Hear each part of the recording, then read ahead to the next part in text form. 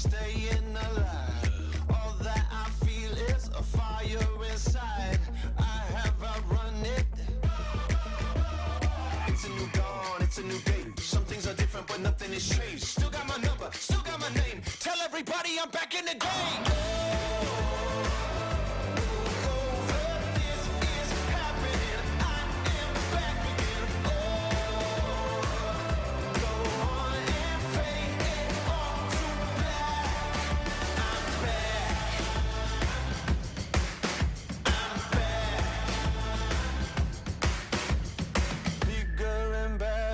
This is my time, faster than ever, hungry and I'm going to come back and take what is mine, bigger and better.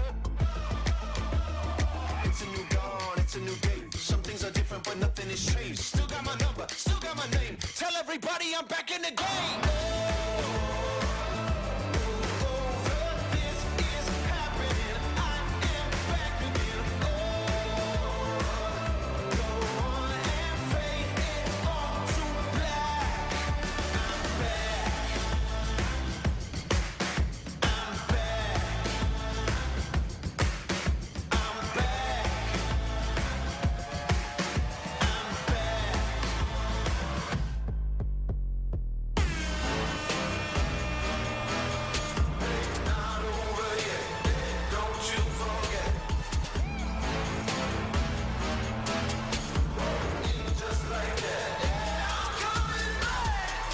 Saddle, cut to the chase. I ain't somebody who stays in one place. Ready to go, I'm coming to play. You better know I still got something to say. It's a new dawn, it's a new day. Some things are different, but nothing has changed. Still got my number, still got my name. Tell everybody I'm back in the game.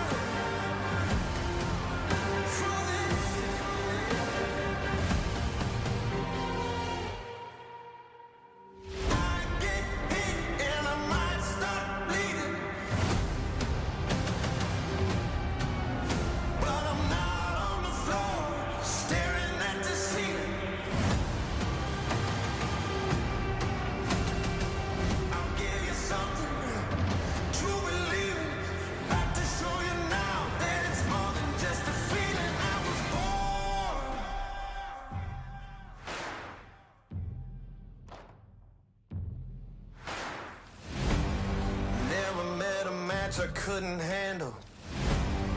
No one else could ever hold a candle. Get ready for a battle, cause you know that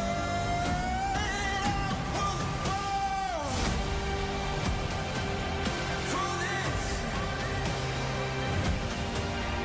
I was born for this. Never met a match I couldn't handle. No one else could ever hold a candle. Get ready for a battle, cause you know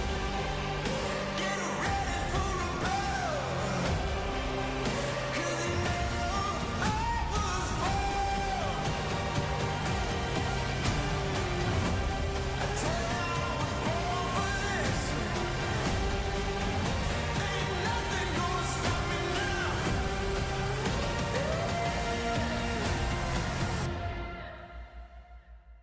I was born for this.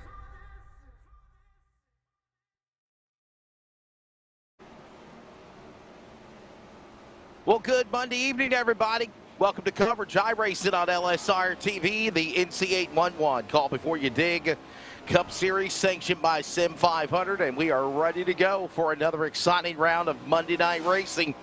Cup cars tonight, Nashville Super Speedway in the volunteer state of the Music City. 150 laps this evening, which will also be our final race in this month of June, and have a nice couple of weeks off before we get ready for another long stretch in the run through the summer. Good evening, I'm Wesley Outland. We've got, of course, Mr. John Muschin Jr. alongside, and running the job of the production truck for Rocket Media Live Sim Racing TV is Charles Booten. John, Nashville, concrete, just shy of 1.3 miles. Going to be a fun, exciting 150 laps here in the daytime, might I add, in the sim of iRacing tonight for SIM500. Good evening to you. Well, good evening, good sir, and I hope everything finds you healthy and well. And yes, Nashville Super Speedway, not to be confused with Nashville Fairgrounds, a much bigger track than that one. And yeah, man, doing some laps on the concrete today, bright sunlight, and it looks like right now we're looking at a temperature on the track of 120 degrees.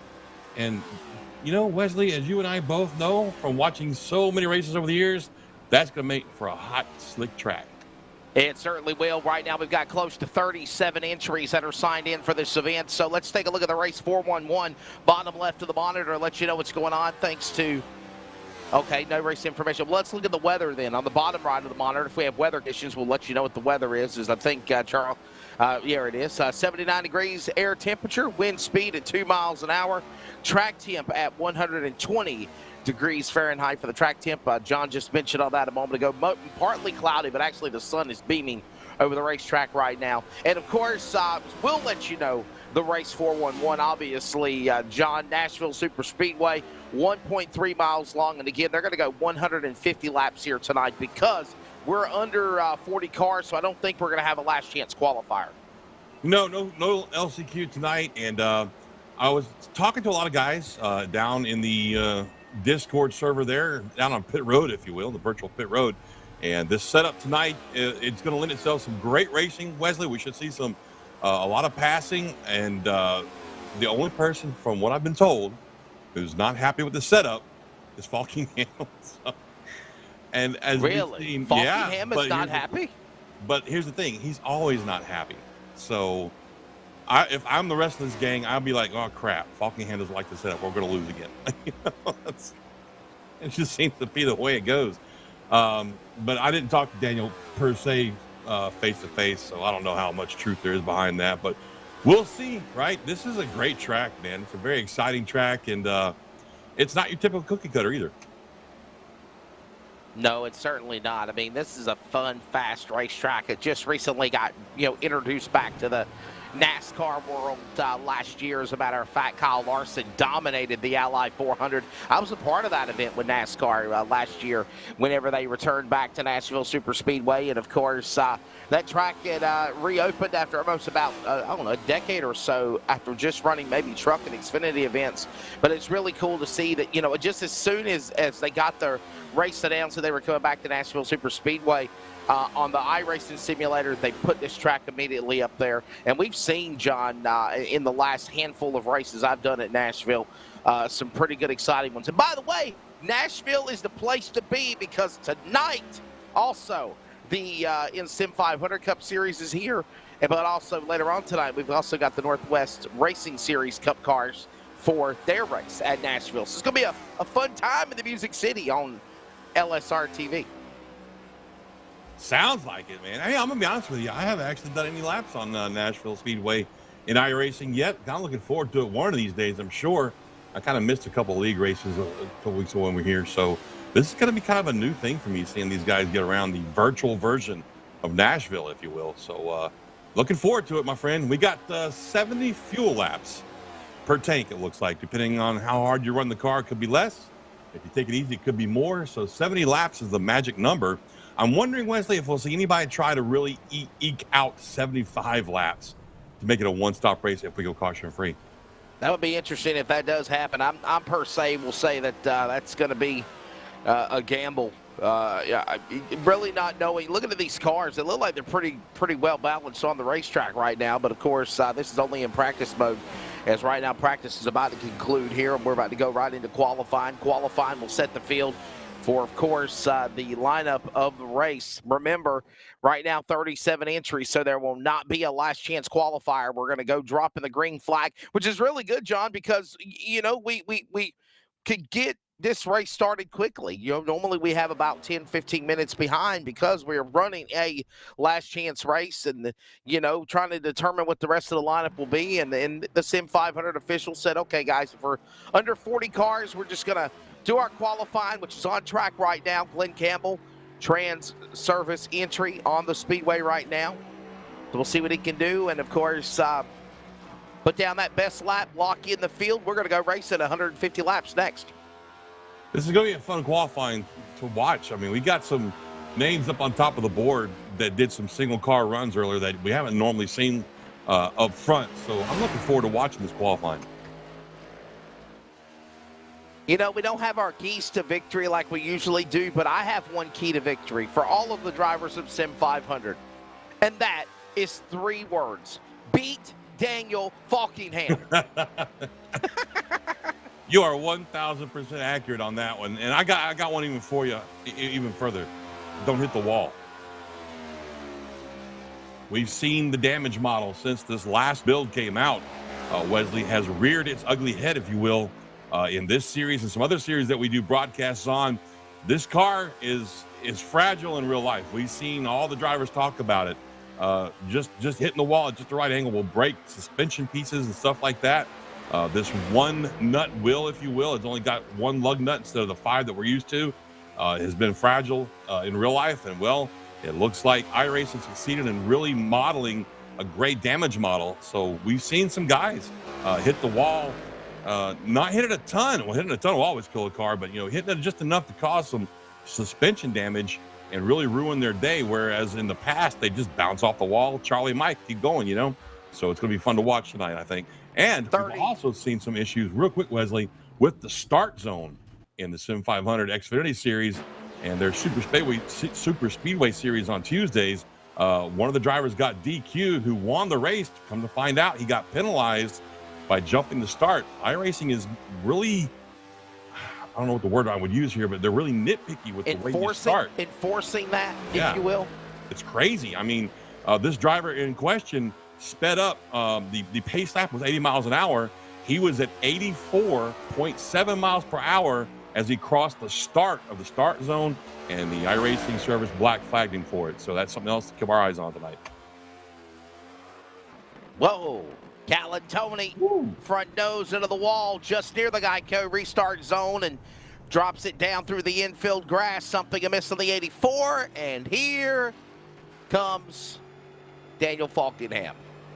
We'll see what he can do. He says he wasn't happy with this car, not happy with the setup on this car here at Nashville. He could be playing possum with everybody. I think he is. It might just be that, you know, the gambler mentality, if you will. I think you're right. I think he's know when playing to hold possum. them and know when to fold them, as they always say. Trying to get these guys to let their guard down, perhaps, maybe, or just give them false hope. That's a mean thing. We'll see. He's on the clock right now. Green flag. Crossing start finish. We'll see where he goes. As right now, unofficially in qualifying, Trey Edson just went to the top of the board with a 30.27. Falkingham, the dominator of SIM500 this year. Can anybody put the brakes on him? And remember, John, we've got a nice 2-week break. June 27th, officially July 4th. Our nation's birthday of 4th of July. We're off. We don't come back until July 11th. What you gonna do with your vacation? I'm going to be working, man. Believe it or not, I've got racing. I mean, I had a great day yesterday for Father's Day. I hope you did as well, John. I enjoyed being able to spend a day off and swimming in the swimming pool. And it took a lot of work to get that pool ready, by the way. But got the swimming pool up and ready. And we had a nice day of swimming and barbecue for Father's Day. Hopefully everybody had a great Father's Day as well. But, yeah, man, I've got announcing obligations Wednesday, Thursday, Friday, Saturday, Sunday. And we'll enjoy finally July 4th off and then go back to another race on Tuesday, July 5th. And look at that. Second. Busy. I know it's not the pole, John, but it's good enough for the outside front row. And look how close that time was, though. Macklin finished with a .22 and Falkingham with a .23. It's closer. Here's Donnie Leah on track and a great-looking paint scheme. That's a throwback, kind of a hollerback, if you will. To the old days of Haviland sponsoring Ford Thunderbirds. Man, I miss those days. Man, it's good to see Donnie Leah back with us. It's been a while that he's ran on the series, but, Donnie Leah expires with his time, and I'm telling you what, man, that's it. We're done with as far as practice and qualifying. We're lining them up. We're going to go racing, and the field is going to be set here. Real quick. Field getting ready after a quick 50-second warm-up session, John, real fast. Macklin had a .224. Falkingham with a .232. That's how close it was. There you go. That's tight. Hey, we got to keep an eye on Voodoo Racing, a new race team with SIM500 Cup. Tell us about it, John, because you're kind of the commander-in-chief, if you will, of this organization. And there's one of the cars right there of Eric Arnold. Yes, sir. I'm putting together a team that competes in SIM500 series that they have every week. For you that aren't familiar with, oh, look at that. Well, he's out of shape. That was Leah. For those of you that aren't familiar, SIM500 guys, they race pretty much every night of the week except Saturdays. And I'm putting a team together running some of those series. I'm going to have Eric Arnold, Stoney Binfield here tonight. And then I'm looking at a couple other drivers to fill in some spots. And we got to go racing. We're going to go racing. So I have to learn how to be unbiased up here in the booth. My colleague and friend of MAV TV, Ken Stout, you've now become like a broadcaster / car owner, if you will. Of iRacing. Well, here we go, buddy. Warm-up's over. You ready for this action? Yes, sir. Let's this rock hot and roll. Nashville barbecue Here action. we go. Yes, it's going to be spicy. Yes, sir. I love me some Nashville barbecue, man. Oh, I do too, man. Yes, sir. I always enjoy going to that barbecue pit right just down the road from the Nashville Fairgrounds Speedway. So without further ado, enough about food. Let's go iRacing on the pole. Brian Macklin ready to go on the number 30 machine to the outside. Daniel Falkingham. Will anybody put the brakes on him? By the way, they both got a couple of wins this year. Trey Edson got a good qualifying run of the 7. He'll be on row number 2. Robert Ferrari, the 3rd. What a good run for him at the mountain in the Miller Genuine Jaff Throwback 77. Row 3, Donnie Leah. He'll start in the 5th position at car 29. Chad Coleman to the outside, the Georgia native. Row 4, Joey Jatina, the Alabama native. Fastest qualifying run for him in the start. He'll start 7th. Eric Arnold, Voodoo Racing, 31 outside. And around out the top 10, Elliott Henderson in 37. Kevin DeBrown, the 93. Inside row 6, Bentley Glazer in the 18 car. His outside, Tyler Dalton in the 19. Well, that's interesting. 18, 19 together there. 54, Jimmy Coleman inside row 7. Scott Simley outside. And the car number 12, inside row 8, Glenn, the Rhinestone Racer Campbell in the 44 car. Shannon Wood making a comeback tonight in the 02. We haven't seen Shannon in a couple of weeks. Anthony M. Calantoni in the 84. His outside, Bobby Wetzel in the number 9 car. Rounds out row 9. Row 10, Paul Crumry and Stoney Binfield, another member of Voodoo Racing, in row 10. All right, row 11, Gerald Livingston in the 96, Jose Gonzalez. Good strong run last week for him where we were there at Iowa. Row number 12, going to find, of course, Charles Woods in the 40, Ron Holyfield in the number 1. Row 13, Jose Medina along in the 24, Jeff Ryan in the 3. Row 14, Doug Roth in the 43, Randy Oakham in the number 8 to round out the top 30. E.J. O'Rourke in 41, Randall Watkins in 27. Bring us the rest of the lineup there, John. Inside row 16, Mike Montezi. In the outside line there of row 16, Justin Moss in the 49. Inside row 17, Richard Beaton in the 10 car. His outside, Josh Parker in the 17. Inside row 18, Kevin England. Outside of him, Doug Sigmund in the 04. Last but not least, Brian Workman in the 74, straight up the field. Ready for the start. Ready here in Nashville. SIM500. 150 laps. Actually, they have now changed it to 140 laps. They always do that. The website just doesn't match what the official run is. We're underway, though. This race is done, and it's Macklin getting the jump over, believe it or not, Falkenham and Edson. And ladies and gentlemen, you have a virtual race there in turn 3, John. I'll tell you what, Edson has been looking really strong these last few weeks. Had a great run going at Iowa. We'll see if he can't maybe put something together tonight and get himself another win here in the SIM500 group. Meantime, look back there in fourth. You got Donnie Lee in that 29 car. And right behind him, a car we talked about, well, I was talking about at the top of the show, one of these guys that we see on top of the boards, or not usually, is Robert Freire III in that 77 car, but he's got his hands full with Joey Jatina. Joey looking to have a great run tonight, Wesley. Another top 10 for him.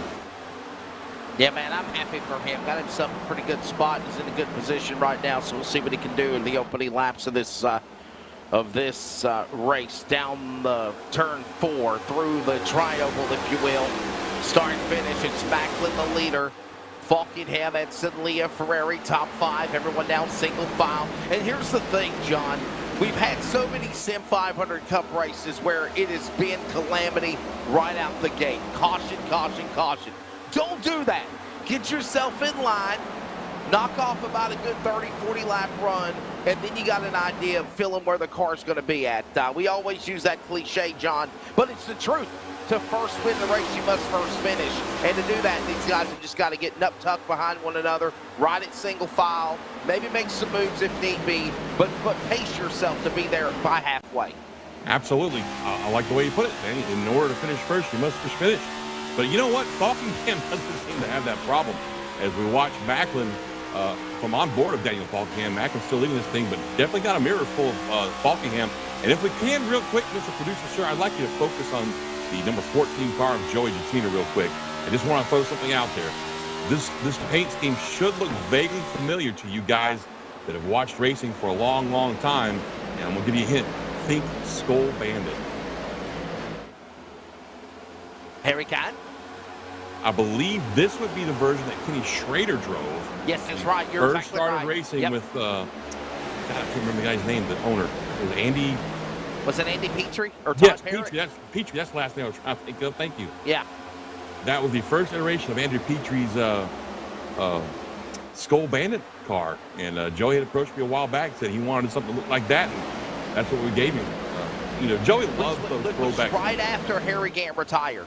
Yes, sir. Right after Harry Gant retired, they put him in the car. And look who's up in front again. Yeah, didn't take long, did it? Lead Lap again. 6 out of 140. He doesn't like this track, but he's in the lead again. Daniel Falkenham. Exactly.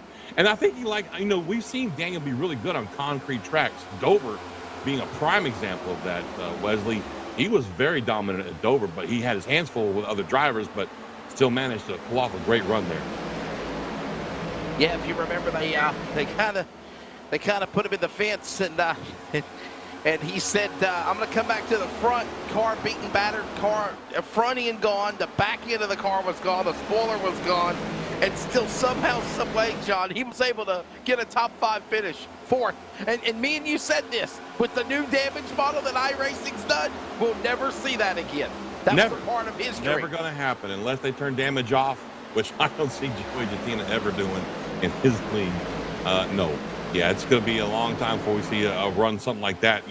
That car should have just been smoking in the infield somewhere, but not with Daniel Falkenham driving. Anyway, Tyler Dalton looking pretty strong. Tyler right now back there in 12, kind of holding where he started at. But he's another one to keep your eyes on because he's a guy that does a lot of testing for these series and testing these setups and stuff like that to give his group of guys in Discord the information they need to make a good run. So we'll keep our eye on him. Right behind him, the 54 car of Jimmy Coleman. Wesley, you like that Punisher paint job, don't you? I do. It looks good. The Punisher, believe it or not, I got my dad for his Harley-Davidson motorcycle road glide. I got actually the Punisher seats and the side panels for his Father's Day present. And it's got that Punisher logo on it. So, yeah, that's a nice-looking car there for the longest running active driver of SIM500 competition, Blackshear, Georgia native Chad Coleman. Actually, that's Jimmy in the 54. Or that's Jimmy Coleman. My apologies. Yeah, it was a Coleman, though. Yeah, they're not even related, but that's right. And up front, Macklin's still hanging on to that back bumper of Falkingham. He's only about 2/10 behind him. Edson's still right there in third place. Leah in fourth. And Frieri's still round out your top five, and they're still pretty close. When you look at these times on the board here, after 10 laps, Wesley, they're still not really gapped out yet like we normally see. You just heard how excited I got when you mentioned Punisher. You know. I did. Hey, I got a question to ask you. And obviously, I don't want to make anybody mad. Oh, they're talking about the leader. Why is Daniel Falkingham so good in the SIM500 series, John? Seat time, seat time, seat time. Daniel runs just about every race that he can get his hands on, I think. I know I've seen him in the Xfinity series, the truck series. He does a lot of official racing. As we've probably mentioned a few times in the past, Falkingham is making a run for the Road to Pro. He hopes to be a pro licensed driver for the next Pro Series next season. So he does a lot of seat time, and that's what happens when you do that. You learn how to drive all the vehicles on the service, and I mean, he's not the only one. Let's be honest. Yeah, he's the winningest driver right now in SIM500, but when you look at this group overall, guys like Macklin, Edson, Jatina, Chad Coleman, you know, these guys are some of the best doggone drivers out there in the service. He was about to, yeah, Falkingham is definitely one of the greats right now. Macklin right there in the number 2 position, and followed by Edson, Ferrari, Jatina. And there you see Bentley Glazier. And is that the newest member on your team for Voodoo Racing also, right? Not yet. Dirt winner? Not yet. You working on it? We've approached Bentley. We're going to be getting some answers from him soon, I hope. And, you know, he's another one. He runs straight. Hey, he's got to win. Remember, he won a race in the Winter Series with his car. Yes, he did. He won the Bristol Dirt Race, too, if you remember. He won the Dirt Race in Bristol. Dirt Race, correct. So he's he knows how to drive these cars. And look at DeBrown down here now, taking that spot away from Leah. Leah's stuck on the outside. And I'm going to be honest with you, I don't know how well the outside works here at Nashville Superspeedway. As I touched on earlier, I've never run races here. But from what I've seen, the outside is not where you want to be stuck at. It looks like Leah might be giving up a few more spots here. Underway, coming to the line this time by. It'll be lap 14 completed, working lap 15. And there you see Donnie Leah as well as the 19 going at it for position. This is in the top 10 with Tyler Dalton, Donnie Leah down the back stretch. All the while now we go back to the front of the leaders. Do it now. Edson got by for second, by the way. There we go. Just got around Macklin. Yeah. I don't know if Macklin's fading or if Edson's just that much faster, but it looks to me like maybe Macklin's fading a little bit because now we got Ferrari battling him for, you know, that spot. And wait a minute, we lost somebody here because Chatina's up to 5th, Ferrari's up to 4th. Did we lose somebody? I'm not sure who. Everybody's still accounted for. Okay. Well, hey, look at Jatina up to 5th now. Frieri up there in 4th. And again, Frieri's just not somebody we've talked about a lot running up in the front. We have talked about him, just not in good ways in the last few weeks, being talked about other people's accidents or having incidents of his own. But he's looking really great here in Nashville today. Right now, running up there in 4th place and challenging for 3rd, Wesley. That's Kevin Brown as well as Arnold Henderson. Henderson's come really good the last couple of weeks also, John. I mean, he had some struggles about a month ago, but since then, man, he's been able to, you know, just keep the nose to the grindstone, if you will, and have good virtual runs and be a contender and knock off some good top 10 finishes. So any given night could be for Elliott Henderson also to finally get a win in the 37. Absolutely. Henderson has been, Elliott Henderson has been one of those guys that's, we've seen some marked improvement over the last few weeks. If you're watching this battle on track now, the 31 of Eric Arnold getting by Joey Jatin on the outside. Joey's given up a couple spots already up there on the outside line, and now Henderson is going to follow in behind him on the outside. See if maybe they can't do some draft work down the back stretch. But, you know, I was talking to some guys earlier before the race started. You know, there's an update that came out that I wasn't even aware of. I don't drive this car anymore. I can't stand it. But anyway, you know, the drivers out there know what I'm talking about. Now you can adjust the size of the independent brake cylinders for the cars. The front and back brake cylinders are now adjustable separately, which affects your brake bias, but in much broader spectrum. which helps these cars turn under braking and stuff like that. So I didn't know that. And Joey and the guys were working on practicing with that, changing those numbers during practice. And it looks like it's really paid off for them because they're all having some really good runs tonight. Working now 20 laps into this race coming up here next time by, as now you see Coleman, company with Henderson, Dalton in front of them, as well as Jatina, Joey Jatina, the man that created SIM500 from Alabama. At 4, good strong run for him tonight as he works his way back off of 2 to the back straightaway. And again, right now, so far, got to give him props, John. No issues. Everybody's racing. There's been some 2 and 3 wide racing at times, but everyone's knocking off laps. They're trying to figure this car out. I think that's a good thing here on the concrete mile and a third at Nashville.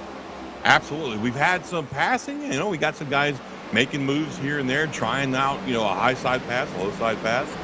And, you know, it's been a really good race to watch so far. Just a quick update on times. When we started this race, Falkenham, his very first lap was a 30.589. Here we are 20 laps later, and it's a 31.7.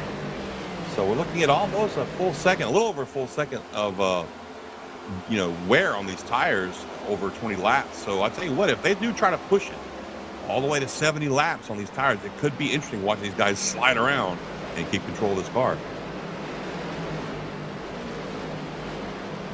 Falkenham the leader, Edson second, Macklin third, Ferrari the third, fourth, man, Coleman top 5. That is Chad Coleman, the driver I was mentioning, longest active driver of SIM500 from Blackshear, Georgia. Kevin Brown's got a win this year. He's in 6th, Arnold in 7th.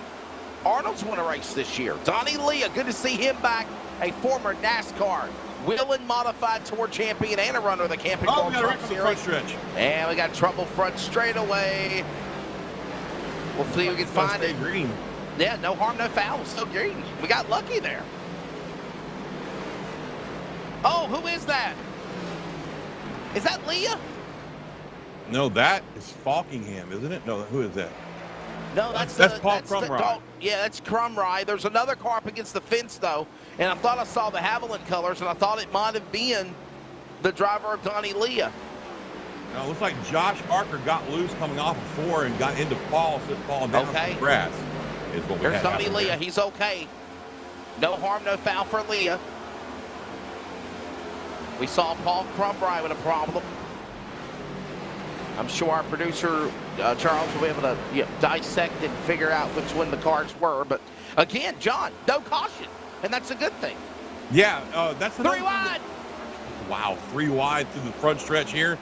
DeBrown on the outside. Eric Arnold meeting the sandwich. Leah on the inside. Wow. Can you say Voodoo in the middle? My goodness. Oh, little contact right there as Leah's coming off of 2. That car wants to push up on exit. You know, it always does. And he wasn't quite clear, so I don't think Arnold even got out of the gas right there. He's trying to make that outside work right there. I don't even know what I was going to say earlier when that 3 wide action went down. Wow. Voodoo. The Voodoo get through there somehow, some way. Yeah. Top side for Arnold. Arnold, here comes down Leah back in the battle. Kevin DeBrown working their way now off of turn number 2 to the Rackley Roofing back straightaway. So back to those cars involved in that incident.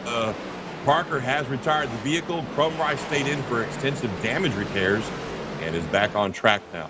Also, J. Randall Watkins may have gotten a piece of that. He's in the pits right now.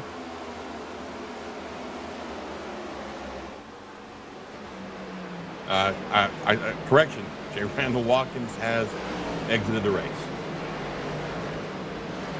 And again, whatever issues happen with those cars, no caution flag, and the race goes on. So again, no yellow flag. And no fast repairs anymore either. That's right. Well, no, they never had them here in SIM500. I'm sorry, I didn't mean to make. There's not a fast repair in the series. Yeah, there's never been one. That's kind of a thing that Joey really wanted when he formed this group, was guys that could learn how to take care of their vehicles. And the only way you do that is not wrecking it. Period. I mean, that's just it. That's how you take care of your car. You don't bounce it off of walls and other vehicles. So no fast repairs. Because when you have a fast repair, it's in the back of your head there, Wesley, that you can make a bad mistake and pretty much overcome it with a fast repair, but not here.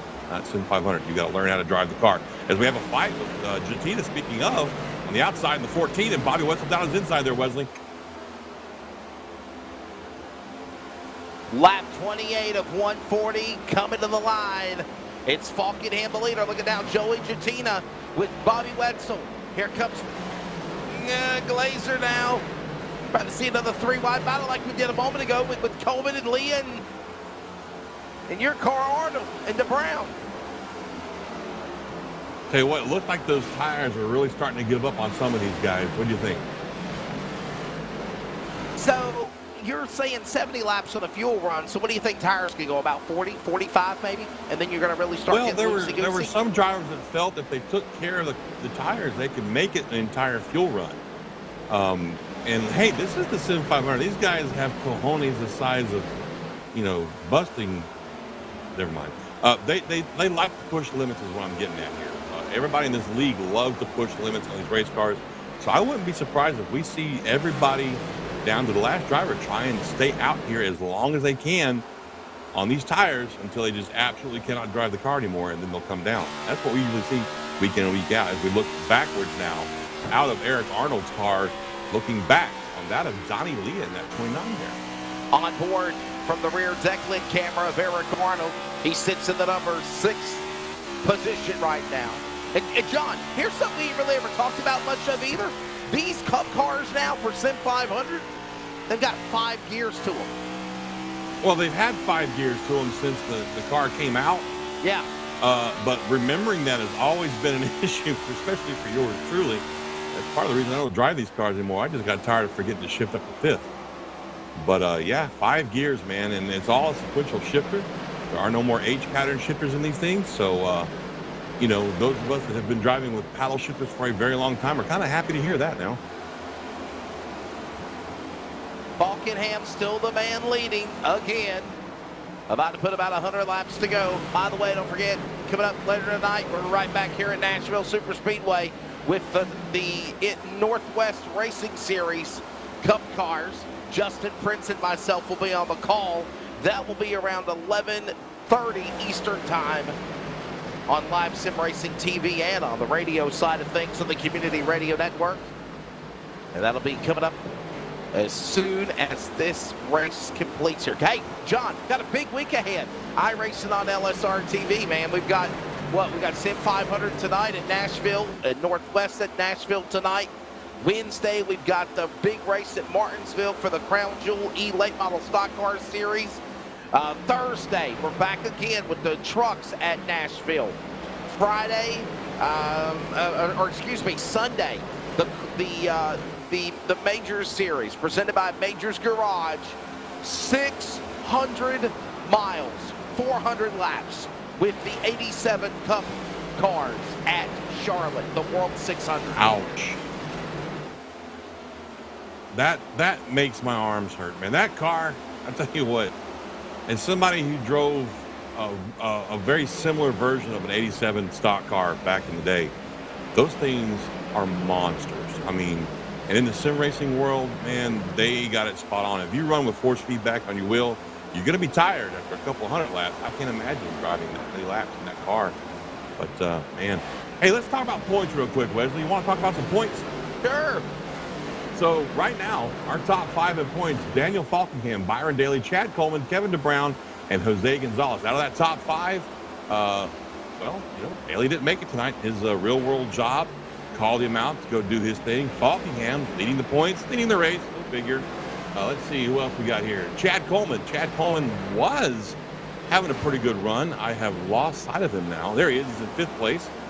So he's 3rd in the points, 5th on this track. Kevin DeBrown, he is right there in 4th in the points, 8th on track. And Jose Gonzalez, where is Jose at? Where's Macho Taco? Back there in 20th right now. Yeah, so let's go ahead and give you a, if you will, close it up on 100 laps to go, a full-field rundown on lap number 40. We'll give you that full-field rundown of where everybody's at on the racetrack. But, yeah, John, you got these battle in the points. And here's the thing. You want to have a good run here tonight at Nashville because we are going into a stretch when we come back after a 2-week summer break when we go for another month of racing. July 11th, Atlanta, the 18th at New Hampshire. the 25th at Pocono, August the 1st at Indianapolis for the Brickyard 200, the 5th annual SIM500 Brickyard 200. So that's a big race for them. And again, mind you, John, that is another stretch of racing right before we make it into the round of 20. And I hate to say this, we're in the home stretch. I know we're in the summer months of racing now, John. Getting a 2-week break next week, going for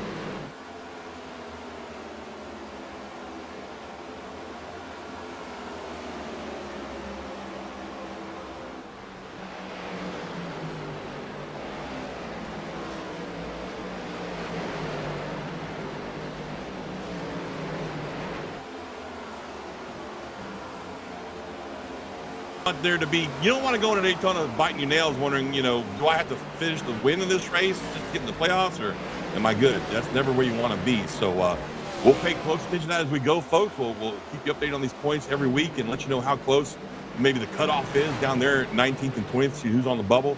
But you know what I'm seeing right now on track, Wesley? I'm seeing some guys struggling with this race car. Lap 41, 100 laps to go, but we're 41 laps into this run. No cautions yet, so these tires are 41 laps old.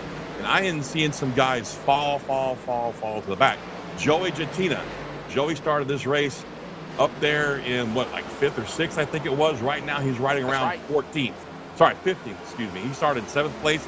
Right now, he's falling 8 spots back. 15th, Bentley Glazer. He's falling back.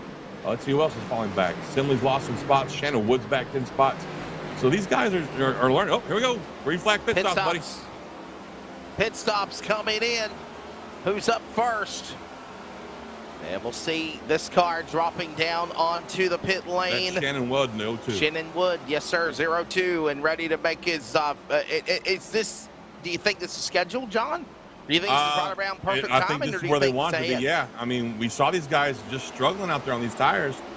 Jeff Ryan already came in. He came in on lap 40 to do his pit stop, so he's out there on fresh rubber too.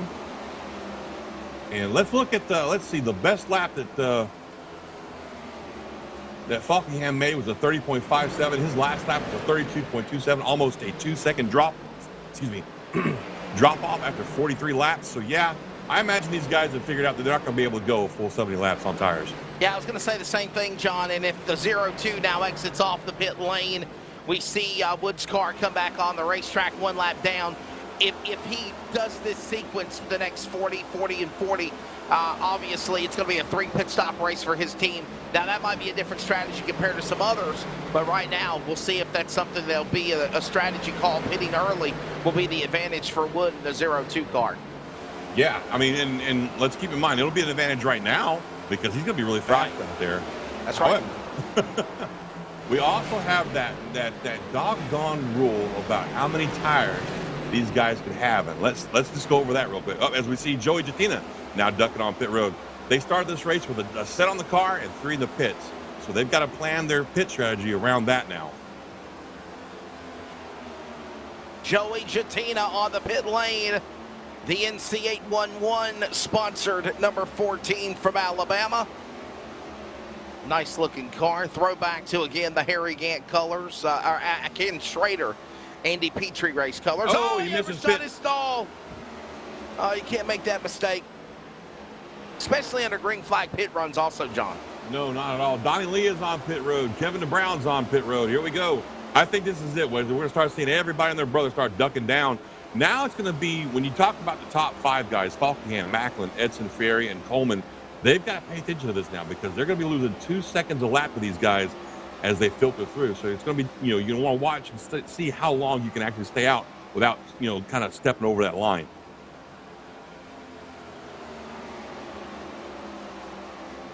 Kevin DeBrown on the pit lane As now Jack drops, he now rolls off the pit lane. Closing in now. Here comes Bentley Glazier, Bristol Dirt winner. The do-to-do entry. The 18 coming in. Green flag pit stops. Mindful, we have been under green for 46 laps and not a problem. One little hiccup, no yellow thrown. For the most part, everybody racing cleanly, knocking off laps. And John, honestly, we're coming up on under 100 laps to go now. I mean, we're with 92 to go when they come back to the line. Here comes Justin Mons on the pit lane. Yeah, it's been a great race to watch. Jose Medina is now on pit road as well. These guys, you know, let's talk about that for a second, Wesley. Over the last 6 to 7 weeks, we have seen these guys get better and better with this car. When the original Next Gen came out for the Winter Series, it was a completely different vehicle, okay? When they finally released the actual Next Gen car that these guys were going to use, they still had a lot of tweaking to do. iRacing did. Horsepower, downforce packages, all that. And these guys here at SIM500 have consistently and constantly, each week in and week out, gotten better and better with this vehicle, where we have seen some completely caution-free races from these guys, and some races where there was only one caution. So I'm really impressed with, overall this far into the season, how well they have really gotten at getting around the tracks in this car.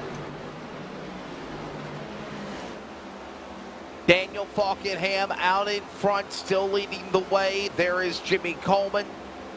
The Punisher machine the here wall comes right there. now. Well, yeah, Gonzalez, Calantoni, Montesi in the 6. Gonzalez all in that mix. Scott Simley in front of them in the Mobil 1 car, which is, by the way, a throwback to Jeremy Mayfield, John. And Jeremy Mayfield's going to be on finish line this Wednesday. Awesome. Bet you'll have a lot to talk about with him, huh? We're not going to go into all the other stuff. We're just going to really kind of talk about his wins this weekend. He won races, so it's really cool. Should be a good time. Give me a second. Wesley, Cody, I'll be back. I've lost visual. Okay. Well, we've got Gonzalez and Calantoni up racetrack on the inside. Arnold in front of him as well, the bottom. Bentley Glazier, remember, fresher tires, new sets of tires on the 18, the Bristol Dirt winner, and he is flying through the field. Here comes Chad Coleman. He'll come onto the pit lane. Puts that number 38 onto the pits. He'll come in, probably one of the first cars now within the top 10 that have now made pit stops. Coleman. We've yet to see Falkenham, Macklin, Edson, Ferrari, Arnold, John, any of them coming in yet to pit. Nope, I see Chad, Jimmy Coleman, and Scott Simley on pit road right now, and that's about it so far. And like I said, this is the point where Falkenham and these guys really got to pay attention to who's pitting when, because if you stay out too long, giving up all that time to these guys with fresh tires, it could kind of come back and bite you.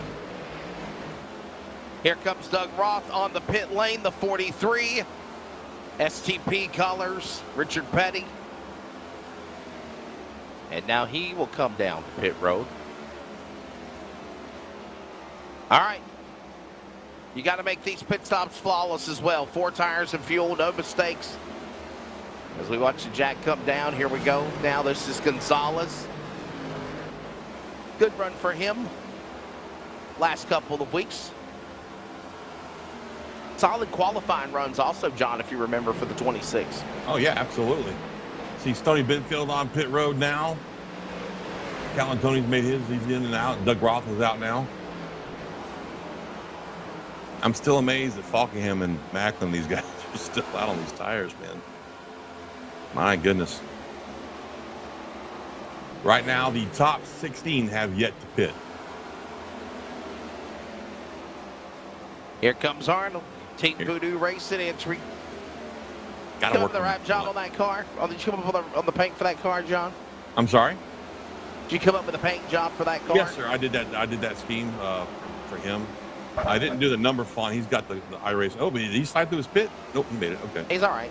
You know, that's one thing I've noticed, that iRacing's pit boxes aren't always lined up with what we see on screen. Have you ever noticed that? Yeah, sometimes. Here comes Arnold down and away. Good All right, John, I'm telling you, man, do you think Falkenham and Macklin and these guys are trying to to push this to a one pit stop race? They've only got to do 14 more laps. Why not? Exactly. And they really don't look like they're having any problems.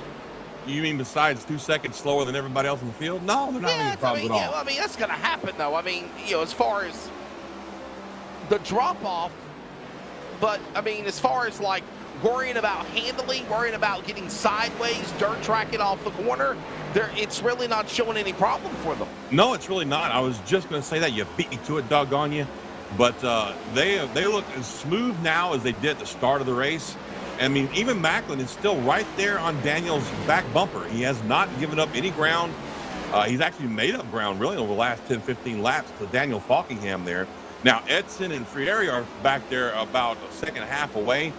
You got Dalton back there in fifth. These guys haven't pitted yet. But, yeah, I mean, you're right. We haven't really seen any, how you put that, the wiggling and the giggling cars coming off the turn exits. A wiggling and jiggling and giggling and bobble. Yeah, we don't see that just yet. Just yet, I would like to say. I said, we still have 13 laps before the halfway point. But I would be really impressed with this group of guys. I'm talking 17 guys out there. 15 guys out there on track right now that are pushing the limit on this car to see how far they can take it with these tires. That's really impressive. And what that's going to do, Wesley, that's going to give them just one extra set of tires later on this race if we do have a ration of cautions towards That's right, late race caution. That's right. Money stop then. I mean, I would say this will be the money stop coming up, but if there is like a late race yellow flag, which, by the way, predictions have showed in SIM500, the NC811 Cup Series competition that does happen likely, then they got that opportunity to have that mulligan to come down to the pits and have that extra set of tires. So, right now we're watching Macklin taking the lead away from Falkingham. He's got Glazer right behind him. Glazer on new tires. Brian Macklin, the 30 trans-service entry. Works his way into the back straightaway. Trans-service still a big part of SIM500. I did not mean to step on you. I'm sorry, buddy. No, you're fine. Go ahead, brother. I was going to say, we have talked about Macklin as one of those guys in the past. If anybody can beat Falkingham hands down on track in the race, it's going to be Brian Macklin. There's 2 or 3 guys in this league that can do it just on the track, just by outracing him. But unfortunately, they seem to get caught up in wrecks and speed penalties on pit road and stuff like that week in, week out. So we'll see if Brian Macklin can't pull it off here tonight, as he's starting to put a gap between himself and Falkingham. Can I give you my guesses of the 3 you're referring to? Yes, sir. Brian Macklin obviously is 1. Trey Edson, I think, would be 2nd. Chad Coleman 3rd. And yes. maybe Kevin DeBrown is a wild card. Well, I was going to go with DeBrown was my 3rd, and Coleman as a wild card. And I mean, like I said, week in, week out, those 3 or 4 guys are capable of passing Falkingham cleanly on track. It's just they seem to always run into, like I said, a pit stop penalty or somebody else's accident, just something crazy. But we're seeing it right now. I mean, look at Macklin. 2 laps ago, he passed up Falkingham for the lead. He's already got a half a second lead and getting past himself by cars with newer tires. So this is going to make for a very interesting race, I think, Wesley, watching these guys stretch this thing out. I mean, we've seen everybody so far except for the top 11, it looks like, top 12 maybe, pit for tires. So we're still waiting for that to happen. They call that mind melding, John. We got that. Copy that. If you can read my mind, then you know what I want to drink right now, right? Water. Yes, water, you're right. Brian Macklin is the leader. Daniel Falkingham 2nd. Robert Ferry the 3rd is 3rd. Trey Edson 4th. Good Campbell top 5. Tyler Dalton, Bobby Wetzel, Elliot Henderson, Jose Gonzalez, Mike Montesi, your top 10. And we are closing in on halfway. Fast race here tonight so far at Nashville. There you see the Victory in Jesus Pennzoil throwback to the number 74. That is a throwback, of course, to good friend, Mr. Morgan Shepherd, one of the nicest men I ever had the privilege to meet in the garage area in NASCAR. John Morgan Shepherd, just super great guy. And, of course, Brian Workman carrying the colors for him in SIM500. Hey, Brian had himself a great race last night, led some laps in the Xfinity Series, and now we're looking at Kevin England on track with the Planet Fitness car. And that just makes me want to run out and go to the gym. Not. I went to the gym this morning, actually. I got up and I looked at my car keys and thought about going. Does that count? That's, I mean, there's an intent there. Hey, look, I walked from my front door, and then when I stepped out at 4:30 in the morning, and it was 92 degrees. I said, nope. Oh my goodness, man, it's been hot. Yes, it has. Oh, look at this fight between Coleman and DeBrown on track now. This is for position right here. Yeah, this is for 12th and 13th now, and they've not pitted yet, John. No, actually, correction. Coleman's pitted. I don't think DeBrown is pitted yet. No, DeBrown pitted on 45, Coleman on 51. So they have pitted. Okay, all right. Right now we're waiting on the top 10, basically, and then E.J. O'Rourke and Kevin England. Workman hasn't pitted, and Doug Sigmund hasn't pitted yet. But what I was saying about last night, Workman played this game too last night and outfoxed everybody on track a couple of times. Actually had almost the entire field lapped down because he stayed out so long. There was a caution that came out, and he was the leader, and nobody else was on the same lap. So Brian had a really great race last night. So just want to give him a shout out. He didn't get very often a good shout out. So my hat's off to you, Brian. Great run last night. Let's see you do the same thing tonight, man. Have a great run tonight as we see Edson now get passed by Wetzel. And that 24 car, is that a new paint job for him? That kind of threw me off there for a second. The 44 for Campbell? The 24. The 24. Oh, the 24. We'll see if we can find him here in just a second. That's the driver we're referring to right there. Yeah. It's definitely kind of hard to see the number, actually, believe it or not. Yeah, that's why I was asking. I couldn't tell who exactly it was. Now, I don't know what's going on with Edson, but he is giving up a lot of spots. That's Jose Medina, and he does got a new wrap job on his car because normally it's a different color.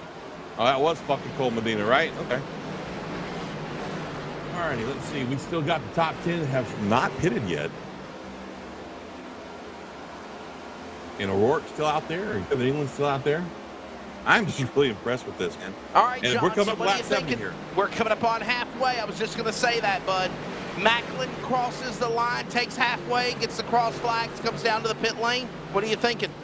Well, I want to keep the camera on Macklin if we can, because I'm wondering if he's not going to try and push the max fuel run. Now these guys all said anywhere between 70 and 74 to 75 laps on fuel. Wow. We're at lap 70 right here. Halfway next time by. Halfway next time by. Yeah, this is lap 69 officially. We're on work lap 70. Lap 70 will be completed, and we'll be halfway this time by when they come to the start finish line. This is going to be fascinating to see. I mean, he doesn't appear to be coming in. No, I mean, he's not. And neither does Falkenham, and neither does Ferrari or Campbell. And we're now officially halfway through this race. England's and on John, pit road. I think I got a statistic here as far as the races I've called for SIM500. This is the first half of a race. Oh, here we go. This year as Gonzalez and Montesi drop onto the pit lane at halfway. This is the first half of the race for SIM500 where I don't think they've had a yellow flag. That's interesting. I know they've had some caution-free runs. I'm guessing you weren't there for them, but they have had some caution-free runs. That's fascinating, man. I'm loving it. To be honest with you, I'm loving the fact that we're talking. Oh, Macklin's on pit road. Here we go. Here he comes. So he went all the way to halfway, took the cross flags, and then he pitted. And that's what I was thinking. Macklin's in, Campbell's in.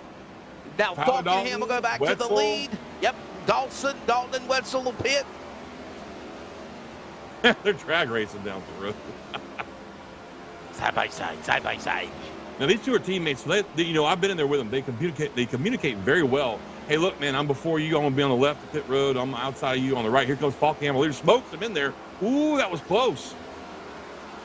I wonder how close he was. We're gonna find out. Save. Here comes Ferrari also. Hey, John, what a job for Robert Ferrari tonight, man. Absolutely, His car's man. doing good. I'm happy for the MGD throwback of the Ferrari Cabinet Company Carpentry 77.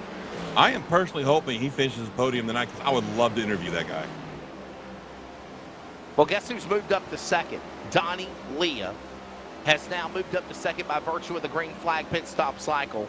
And now Falkenham is in. He is pitting. Falkenham Jack is down, out. spun tires. He's out. I thought for just a second he might have got a state penalty, but he dodged the bullet there. Would you believe nobody got seating penalties on that last? That's great. That's amazing is what that is, man. No harm, no foul, no mistakes entering or exiting. A couple of guys missed their pit stall, but that's not that bad. That's not as bad as getting a speeding penalty under green, which is a 40-second stop. Jatina's back up to 8th now, working his way back up to the front. Now, you know what we might notice here this time is guys taking a lot easier on their tires, Wesley, than we saw last time, because a lot of these guys pitted way back on lap 40 and 45, you know, in that little window, because their car was just done. The tires were gone. So we haven't done it yet, so let's give you your full field rundown as we're on lap number 75. Next time by, green flag pit stops continuing here. And by the way, now Chad Coleman is the leader. Donnie Lee is second, Eric Arnold third. Fourth is Kevin.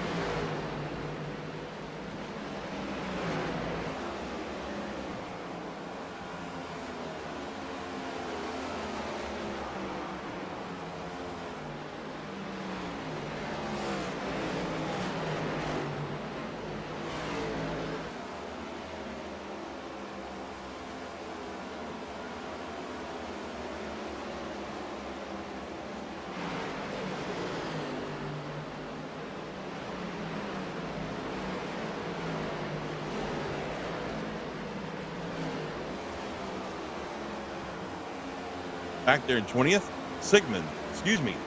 Ryan now. We've got Elliot Henderson 21st, Tyler Dalton 22nd, Jose Gonzalez 23rd, Bobby Wetzel 24th, and Glenn Campbell 25th. Gerald Livingston is 26th, Mike Montesi 27th, E.J. O'Rourke 28th, 29th, Kevin England, and 9th. In the 30th position is Doug Sigmund. These cars a lap down, including Jeff Ryan, Paul Crumrye, Brian Workman, Brian Macklin, Trey Edson, J. Randall Watkins, and Josh Parker of the 37 starters that took the green here tonight. Here comes more pit stalls coming in now. The 96 machine going to the attention of his crew, and I think he actually just exited out of the race. He might be the first retiree of the night for Gerald Livingston. There's been a couple of retirees. Josh Parker, Watkins is out. I don't know what happened to Trey Edson, but he's out. Whoa, I didn't even see that. Oh, wow. Yeah, you're right. And Brian Macklin as well. What?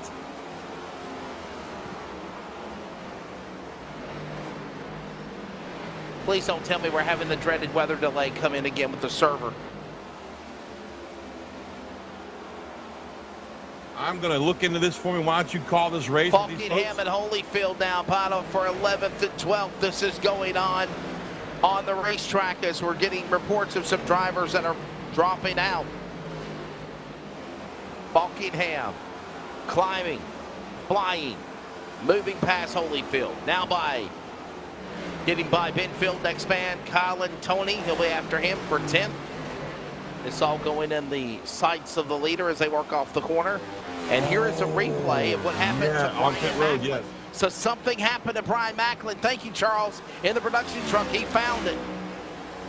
Did he and Gonzalez make contact, or him and Henderson? What happened? Right there. Oh. Bad camera angle, but yes. What happened? No, they made contact, and he made heavy contact with pit wall and finished his pit stop, but then left. Wow. From another angle. We got it from a different angle here. Now look at this one. Oh, Gonzalez left rear into the 30. John, could that cause that much bad damage on pit road for Macklin? I can't see that right front tire, but like I said, these cars just, but then again, also remember temperament. I mean, if you've been running up front all day and you get spun and damaged like that, even though it may not be terminal damage, you know, some of these guys just don't want to ride around 2 laps down. Yeah, you have a lot of anger in your life, right?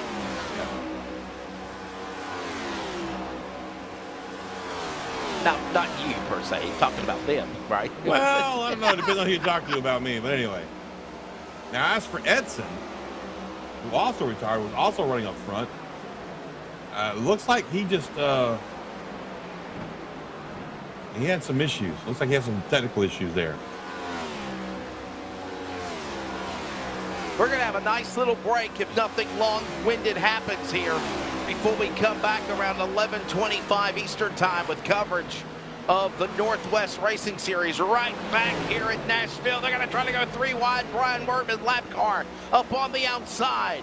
Jimmy Coleman to Brown. That goes on to the back straightaway. Yeah, Workman's flexing some new tires right there. What we got here, folks, is we've got a vast spread of pit stop strategies working. We had some guys that pitted after 40 laps. We had some guys that pitted after 55 laps. We had some guys that pitted after halfway. And now all these different cycles are, you're seeing some guys that are really, really fast compared to other guys. Some guys that are 2 or 3 laps down and won't be for much longer, stuff like that. You know what? Seriously, Wesley, this is going to get kind of confusing here towards the end of this race to see who's actually fast and who's just on older tires. John, I don't want to jinx anything, but why are we not seeing any type of, I mean, okay, we had that one little hiccup that could have, might have, should have, could have, would have brought out a caution, but we did it. Why do you think that we're just seeing a long green flag run here tonight in Nashville? Is it the car likes the track provides this type of racing? What do you think is causing it? I think it's all of the above, man. You've got some great drivers in this league. We've said that 1,000 times, 1,000 times. And we've got a great setup for this car. I mean, iRacing did a lot of work on their setups for the Cup Series.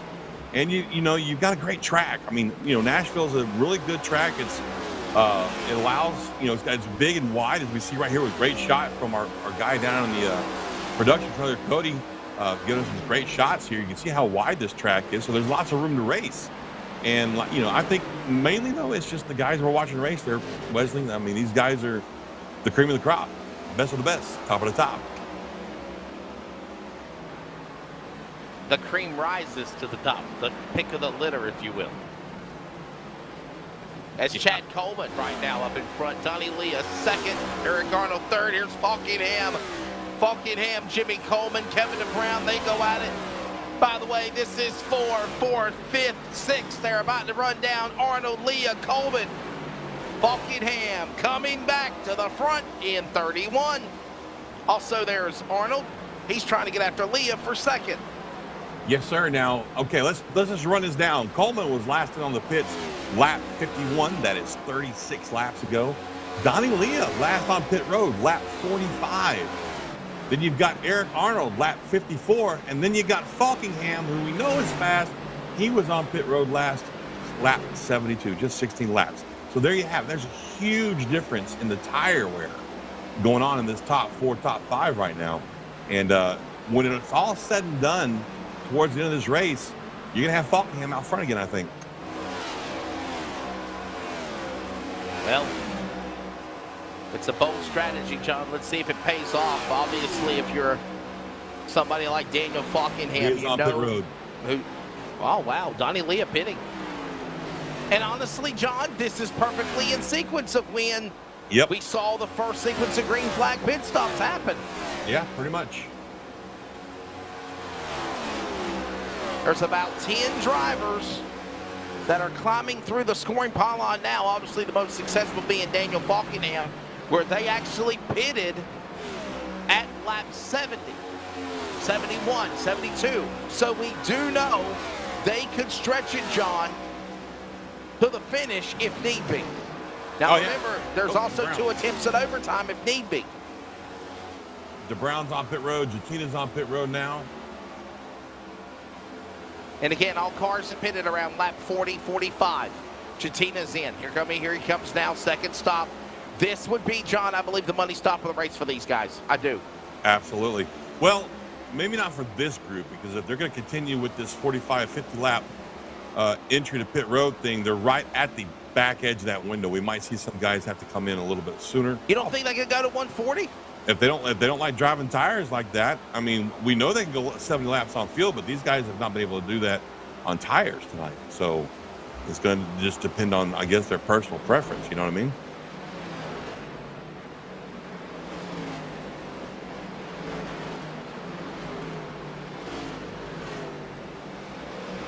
Should be interesting. We'll watch it here as Coleman, Falkingham, Coleman now. Chad Coleman leader, Jimmy Coleman third. Here comes now Arnold off the pit lane pitting. Here come the leaders now, by the way, coming after him as he goes back on the racetrack. That's a really long pit entry. Have you noticed that? Like they come down, come down so early.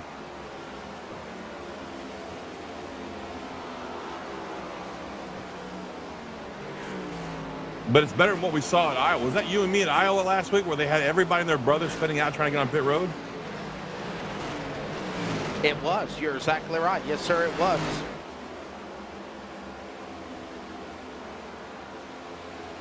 Oh, and by the way, pit road speed is,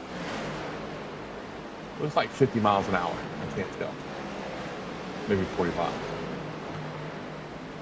Oh, it's 45. I'm sorry.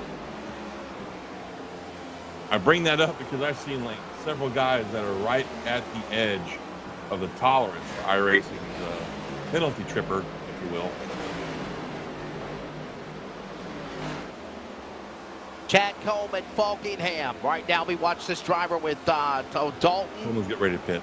Callan Tony. This is for 8th and 9th position. Who's getting ready to pit, John? Sounds like Coleman. Coleman, the leader, I heard somebody 38 yell out or on 54. It sounded like Chad.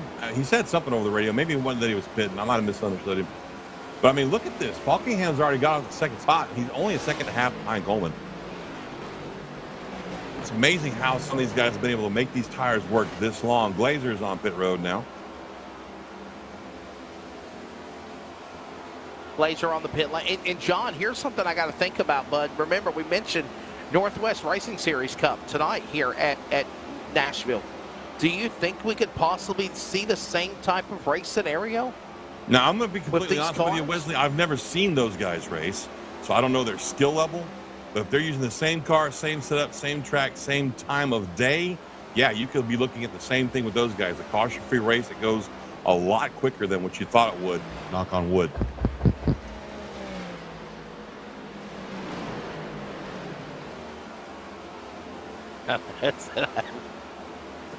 Scott Sibley on the pit road. Mobile 112, throwback again to Jeremy Mayfield. I'm going to have him on finish line on Wednesday. And by the way, John, I don't know if you knew this, but yesterday, was it yesterday or Saturday, was the anniversary of, in 2000, the bump and run that he When did he moved on the Monday Earnhardt out of the way, afternoon yeah. to Dale Earnhardt Sr. at Pocono to get his first career NASCAR Cup Series win. Yeah. You talk about some cojones. I don't know if I'd have ever been brave enough to move an Earnhardt out of the way. I mean, Earnhardt Sr., because you knew who you were dealing with. If you gave it to him, you're getting it back. But think also to Kyle Busch when he wrecked Junior at Richmond and how angry the crowd was with him for weeks after that. I wouldn't want that on me.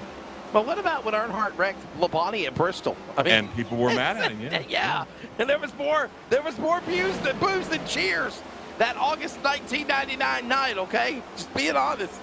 Yes, But sir. everybody forgets 95 whenever Labonte took out Earnhardt and spun him out, but he ended up winning the race, so it's all good. Yeah. Awesome Gaggle of racing cars here, right racing. here. You got Campbell, Holyfield. You've got Jose Gonzalez right there in the 26 car. Falkingham has John, taken the lead, by the way. John, we're looking at the one car. Man, I didn't realize this, but that guy, Ron Holyfield lives like right in my back door, man. The number 1, Ron Holyfield, he lives in Raleigh, North Carolina. Well, I'll be doggone. Yeah, we're supposed to get I don't together have and any go neighbors. grab a beer and hang out one day, for sure. Chat racing and, yeah. So out of our top 5 now, Coleman is the guy with the oldest tires. He put it on lap 51, which was 49 laps ago. And everybody else out there was recently in the pits between lap 70 and 72. So he's kind of hanging on there, it looks like, doing pretty good. We see Kevin England on track right now. We're watching him. The 49 car of Justin Mons going by him now. Mons riding around out there. Let's see, he is currently riding around in 22nd, having just pitted about 5 laps ago. Here comes more pit stops. Number 10 in. Yes, Number sir. 10 That on tide the ride. pit lane. Yep, Richard Beasley. Green flag pit stop. And honestly, John, we're working lap 100. We're under 40 laps to go. This has totally shuffled everything. There you see Woods now, the Crown Royal. That's the Crown Royal throwback, by the way, the 40 car, Charles Woods. Callan Tony is on the pit lane again. Doug Ross. It's literally, we've seen so Coleman's many on pit different road. sequences of pit stops, John. I can't keep up with which is which now. I know, right? I would say we need a caution flag in a very nice way, sense of the meaning. But, yeah. And now the track's getting cloudy, so all that's going to do is cool it off and give these guys even more grip. But yeah, I mean, we've got such a scattered variety of pit stop strategies going on right now. It's crazy. It really is. Here comes more pit stops, and there goes Bobby Wetzel now, sized up on the inside with the 75 of Benfield. Yeah, Stony Campbell in B front of him. These are cars in the back, by the way. These are some lap down cars, John. Yeah, Benfield pitted, so he's a lap down because of that. I think Wetzel pitted as well. Yeah, Campbell and Wetzel are on the lead lap. Arnold behind him. So this is for 6th, 7th, 8th, and 9th on the racetrack right there. Yes, sir. And actually, Benfield's the first car lap down. He just came off pit road about 10 laps ago. Oh, man. I'm sorry. Did I sneeze in the mic? Did y'all hear that? I'm sorry. Gesundheit. Oh, my goodness. Now they're saying that Eric Arnold's on the lead lap. 9 cars are on the lead lap. 10th on back is a lap down. Are we missing something here? They just got to update timing and scoring? Yeah, that's what it is. It's updating timing and scoring again.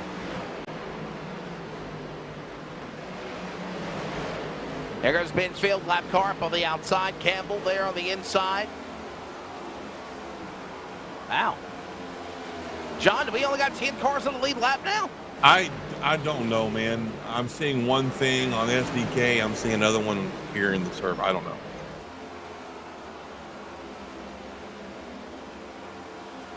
According to the timing in the server, yes, there's only 10 cars on the lead lap.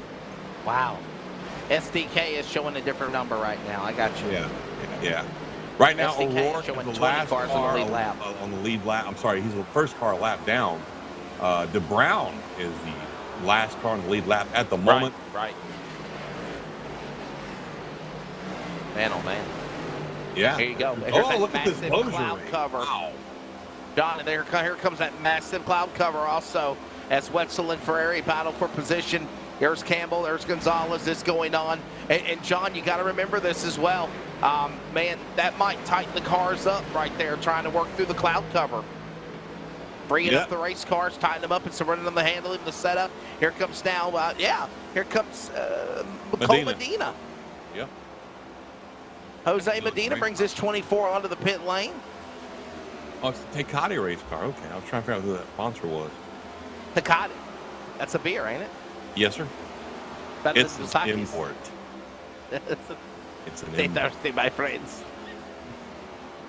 Hey, Shannon Wood has dropped out of the race now. That brings our total number of cars out to 1, 2, 3, 4, 5, 6.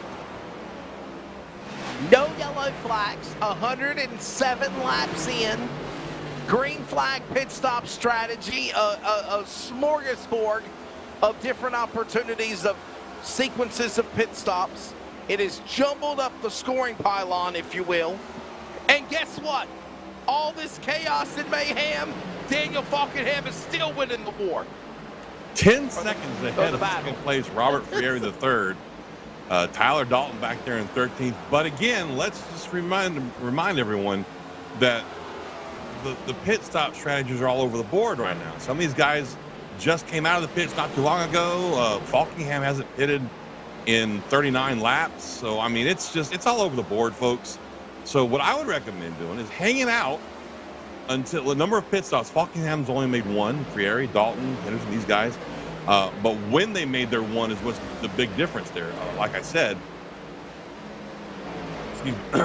Falkingham, lap 72, Ferrieri, 72, Tyler Dalton, 71, Henderson, Gonzalez, lap 70. All these guys, basically the top 7, pitted right around the same time. Then you got guys behind them that have been pitting after that. It's just crazy. It's all over the place, man. But look at Falkingham with almost an 11-second lead over pretty much everybody. See, now is when I would throw a penalty flag on Falkingham if I was an admin. Park the 39 car for a lap, please. But what? What did he do? He's just too good. That's against the rules. He's too good. Hey, John, I got to quiz you here since we're mentioning the Nashville Super Speedway. By the way, Nashville Super Speedway is located in Lebanon, Tennessee. What other...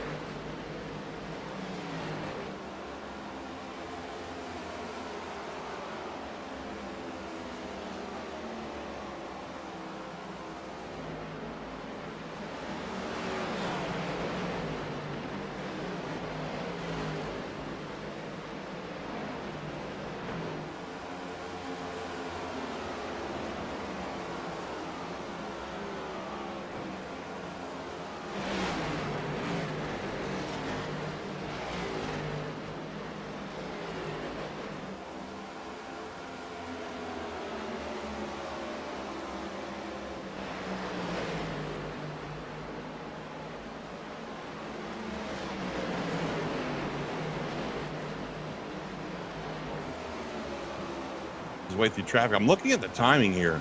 We've gotten 3 more cars back on the lead lap. Those are guys that have recently pitted and passed up Faulkingham to get their lap back. Coleman being the fastest of those has gained a couple spots since his last pit stop. That'd be Chad Coleman, I might say. The other Coleman got his lap back as well. That would be Jimmy Coleman. But Faulkingham, geez, man, what are we going to do with this guy? He's at 11 and a half second lead over Frieri in second. And by the way, didn't you say he hated this car? He hated this track?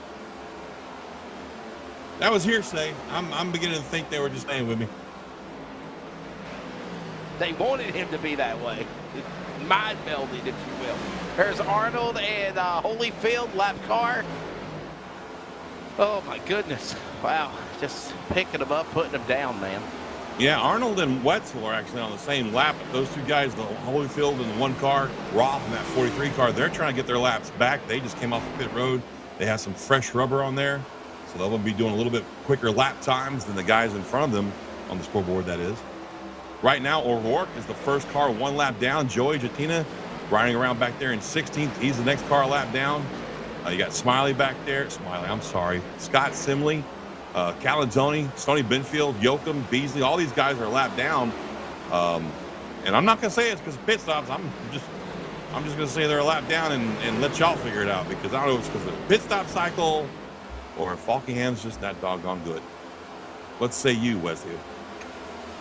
I mean, obviously, he stretched it all the way out to, like, you know, over 70 laps when everyone else did. And you know, gamble paying off, I'm not sure. I mean, I'm thinking, honestly, we get a late race caution. They're going to come to the pit lane. This shuffles up everything. But if not, if Faulkingham can stay the course, and here's the thing, he's already got close to a 12-second lead over Robert Ferrari the third. And what a good run for Robert. Got to give props to him in third. Absolutely. In the 77. But here's the deal. Yeah, in second. Yeah, second spot. Tyler Dalton third. But here's the deal. If Faulkingham does not pit and this race goes to the finish caution-free, John, Faulkingham, if his tire's starting to go away, he's still got like a 13-second lead over Ferrari. He could kind of conserve a little bit. He could conserve a little bit, cut back a little bit, cut back on the throttle, on speed, on momentum, and he's still got a big gain over these guys. Well, it's funny you say that, because last time by he ran a 32.10 and Friari ran a 32.40. Tyler Dalton ran a 32.13. So I don't know, man. It looks like everybody's just still going and getting everything they can out of these cars for every single lap. As we approach lap, well, we're completing right now lap 118, excuse me, coming to lap 119. It's just, man, it's crazy. Faulkingham, Ferrari, Dalton, Henderson, Campbell, top 5. Arnold, Coleman, Gonzalez, Wetzel, Montesi, the top 10. And we are approaching, believe it or not, closing in on 20 laps to go. John is here. I'm Wesley. Charles is pushing the buttons. Live sim racing, iRacing on LSRTV for the next round of the North Carolina 811 Call Before You Dig SIM500 Cup Series. We get ready for a nice 2-week break. They got to go back to the drawing board, John, before we get ready for the next race in Atlanta in 2 weeks. They've got to go back to the drawing board. These drivers of SIM500 have got to find some way to beat Daniel Falkenham. I mean, this guy is just picking them up and putting them down, lighting them up week in, week out. Short tracks, intermediate tracks, road courses, super speedways, it doesn't matter. I think a lot of people are ready to see him move up the road to pro. Yeah, that's been said a few times. Don't let the door hit you or the good Lord split you. I think it's something I've heard a couple of guys say. I mean, you know, nothing against the kid. It's just, man, it's, you know, people get tired of watching the same guy. Look at what everybody booed Jimmy Johnson for winning all those races and all those championships consistently. So you're kind of seeing the Jimmy Johnson syndrome here. We all respect Daniel and what he's accomplished. But Lord, please, somebody stop the kid. under 20 to go. I mean, even our producers don't even show him anymore. It's like he's just all over the place. As right now they work their way to the back straightaway. It's the 37 of Henderson up on the outside. Arnold on the bottom as they close in back off the corner with 18 remaining.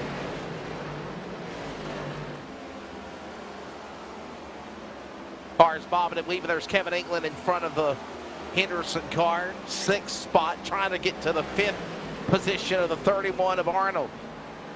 Campbell in behind him. That's Arnold, Henderson, Campbell, lap car, England.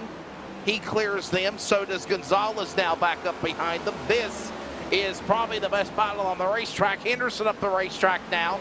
He washes up the speedway. Open the door to Glenn Campbell on the inside.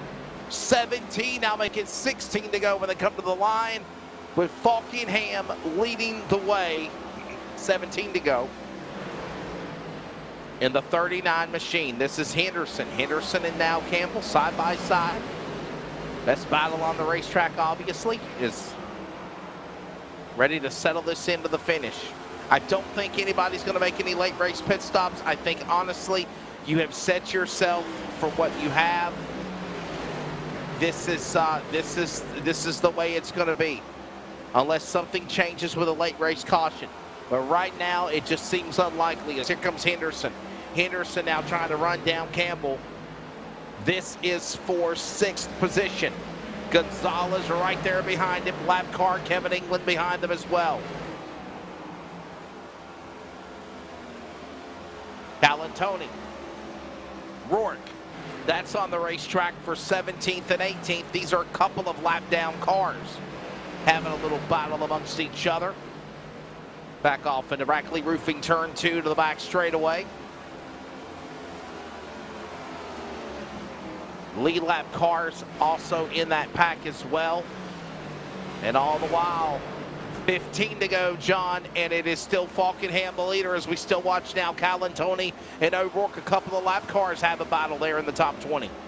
Yes, indeed. And, you know, I'm not sure what happened there with O'Rourke. Well, he wiggled a little bit, but, man, you know what's shaping up for a battle here is I'm watching Frieri and Dalton on track, and Dalton is definitely tracking down Frieri for that 2nd spot. He's made up almost a second now over the last few laps, and it looks like he might be bringing Coleman with him as we have 14 to go right now. And, yeah, he is definitely making up time right now on Frieri. We might have a battle for 2nd place here shaping up shortly. John, I don't know if you heard me say this or not, but I really think that we're in the points of this race now where it is what it is. Unless something happens and we have a late race yellow flag, this setup, this finishing order is going to be what it's going to be. I don't see anybody gambling to take an opportunity to pit. Not even Falkenham or anyone else in the front. Barring a caution, we're not going to see anybody at the pits now. You got what you got. You've made your bed. Time to lay in it. And, you know, unless, of course, a caution comes out. If a caution comes out, then all bets are off. Everybody, I guarantee you, will hit pit road, except for the few guys that might try and stay out and, you know, get a wave around or something like that. But I just don't see it happening. And I'm going to be honest with you, I don't see a caution happening because these guys have looked outstanding all race long as we watch on track right now. Campbell trying to hold off Gonzalez. That's for 6th spot right there. And that's happening, by the way, right in front of our leader. Yeah, I don't see anything of that caliber happening either, John. I mean, I think it is what it is, and that's the way it's going to be. Is right now we're closing in on more cloud cover again over the racetrack.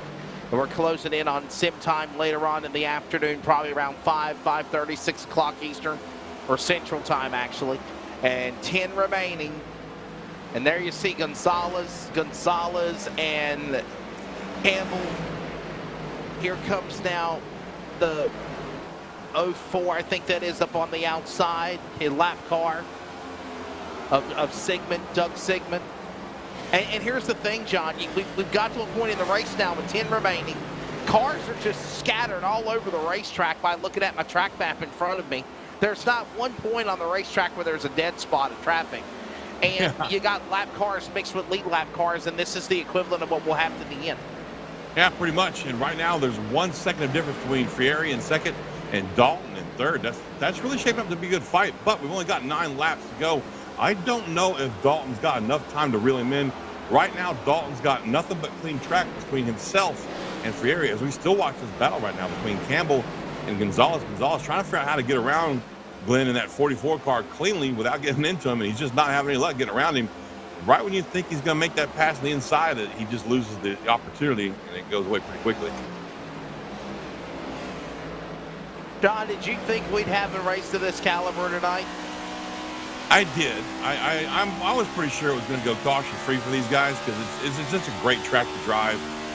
You know, we've heard time and again from everybody between the type of track is being concrete, and the fact that it's just so wide, you know, and so much racing room out there. It's really easy to get around the track without getting into each other. And you know, did I think that we'd see such a crazy and spread out field? No, I really didn't, man. Did you expect to see Daniel Falkenham win again? I plead the fifth. Yes. Yes, again. By the way, what is this now? If Falkenham wins, I mean, oh my goodness, this is going to be, I think, his 7th win this year. 5 in a row. It'll be his 6th win. It'll be his 6th win. 6th win if he gets it done. You're exactly right. Let's go back and recap on the season. Obviously, he won at Atlanta. Atlanta coming up, by the way, in 2 weeks, or 3 weeks, actually, after the 4th of July break. He won at Richmond. Then he turned around and won at Darlington, won at Kansas, won at Iowa last week. And here's a quick statistic, John, and you know I love stats, bud. Daniel Falkenham, in his wins this year, has gone and been back-to-back repeat wins in his wins when he gets it done. Yeah, not surprised. There's the Brown. There is Mons. This is for 11th and 12th on the racetrack. 5 to go for Falkenham. He just crossed the start-finish line. And mind you, car John, on the wall in the front stretch. Oh, car on the wall, front straightaway. Could we see a caution? No, he kept it straight. We're still green, but it really wound him up. Couldn't tell exactly who it was. 1 second. No yellow. 5. Oh, it was Jeff Ryan. 4 to go. Jeff Ryan again, the car that, is that the 99, I think it is? No, that's Tommy Ryan's brother. 5 to go. 3. We still have a nice battle here with Mons in the 49 trying to hold off Kevin DeBrown. That's for 11th and 12th. Right behind those guys in Blazer. He's waking, kind of lurking back there. If they make a mistake, he's going to be ready to pounce on them. 4 to go. Yeah, Jeff Ryan is in the 3. Tommy Ryan on the racetrack. Little scare. No caution, though. And this race still goes on. And under 5 to go. 3 to go now, actually.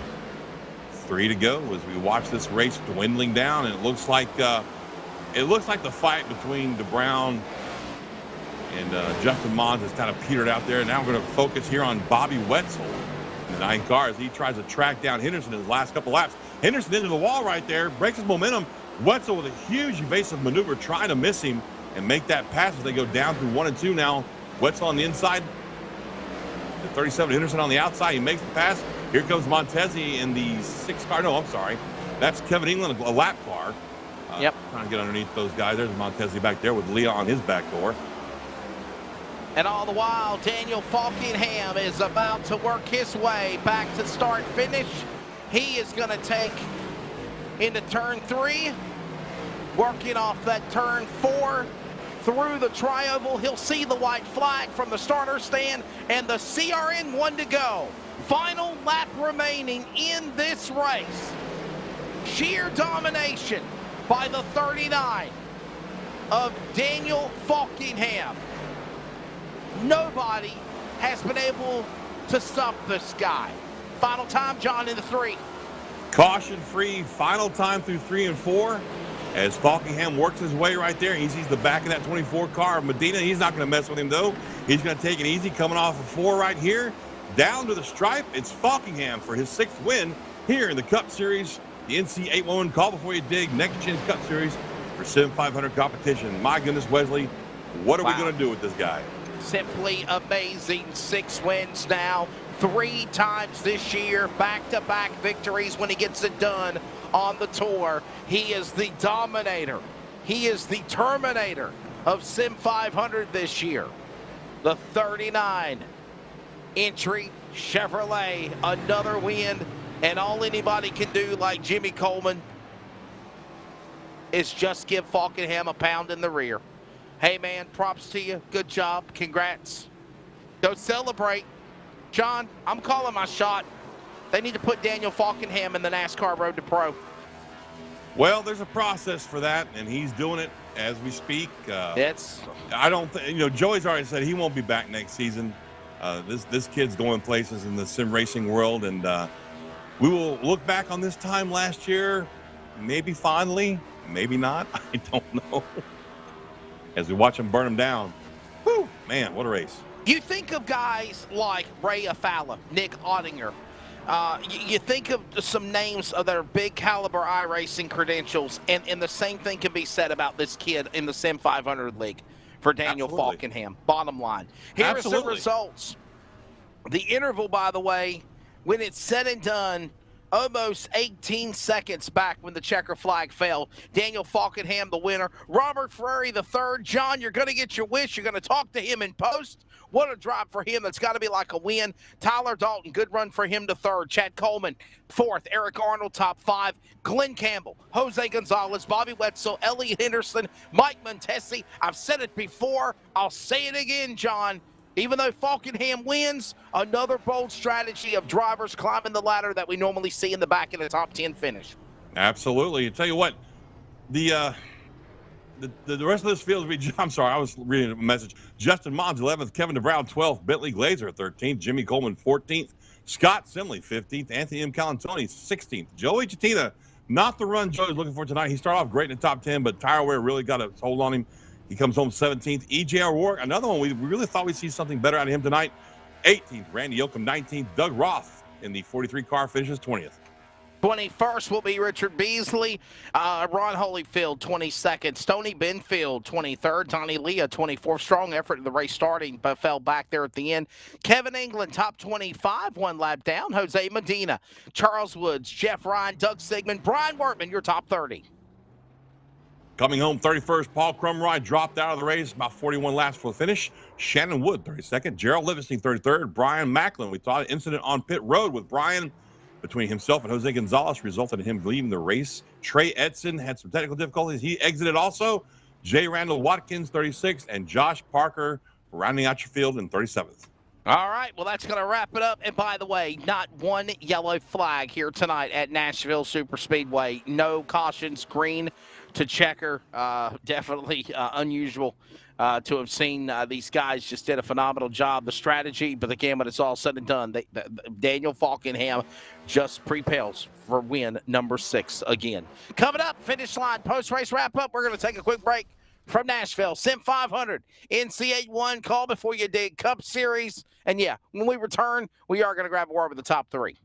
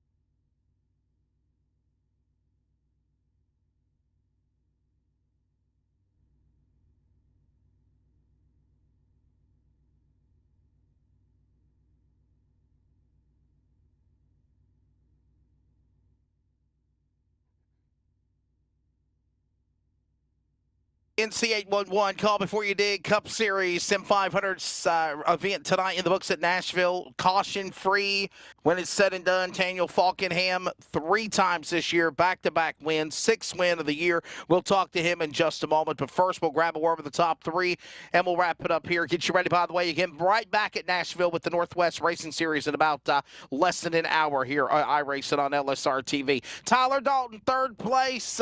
Your take of this race? Did you think it was going to go caution-free, and that really changed the entire strategy of the race in doing so, at not having a yellow? Well, it definitely had a looked in the beginning it was going to go caution-free, and at that point it was the people that pit twice going to run us back down. And I tried this same strategy last week at Iowa, and it bit me in the butt. This week we made it work. Chad was definitely coming there at the end, but that entire first round, I'm thinking, okay, I'm gonna see what Daniel does. And I saw Daniel was going to stretch it. I'm like, well, heck, if he's doing it, I'm going to do the same strategy. And then I had to save a little bit of fuel there at the end. I was sputtering when I came to my pit stop, but then at the end, I was good.